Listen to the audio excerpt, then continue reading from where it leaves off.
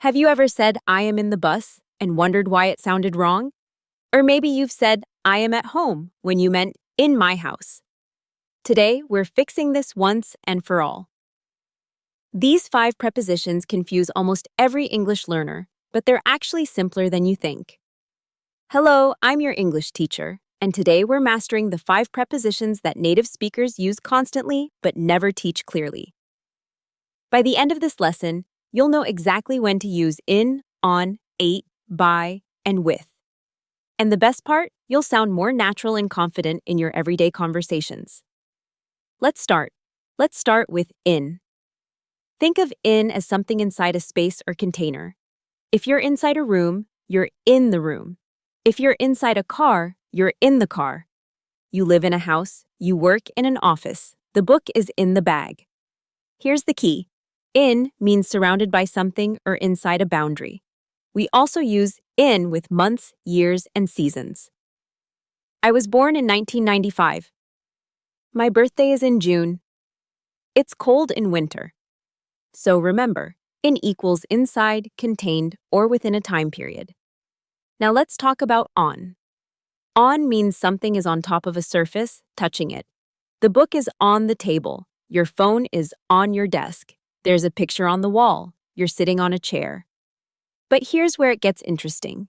We say on the bus, on the train, on a plane, and on a bicycle because you're on top of or riding these vehicles. We also use on for days.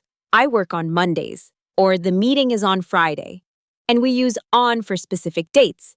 My birthday is on March 15th. Think of on as contact with a surface or riding something.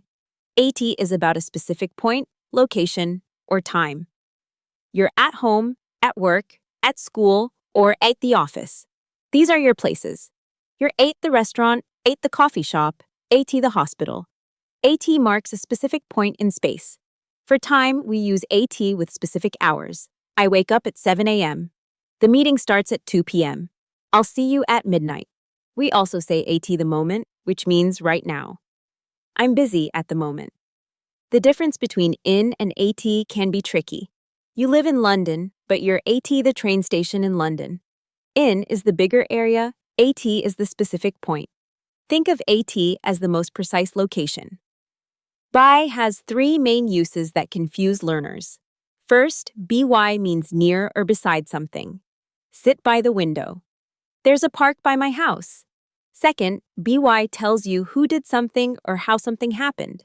This book was written by Stephen King. I sent the letter by email. I traveled by train. This is called the agent. Third, by means by a deadline or before a certain time. I'll finish by Friday. Please submit your work by 5 p.m. You need to remember all 3 meanings, but they all have a sense of being close to, through, or within a time limit. Finally, with shows that something is together with something else or that you're using something as a tool. I went to the party with my friends. She's eating lunch with her colleague. With means accompanied by. But with also means using something. I cut the paper with scissors. I opened the door with my key. I wrote the essay with a pen. So with means either accompanied by or using as a tool.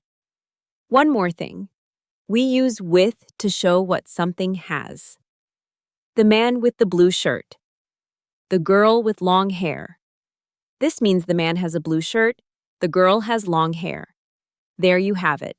5 essential prepositions that will transform how you speak English. Practice these rules every single day by using them in your own sentences.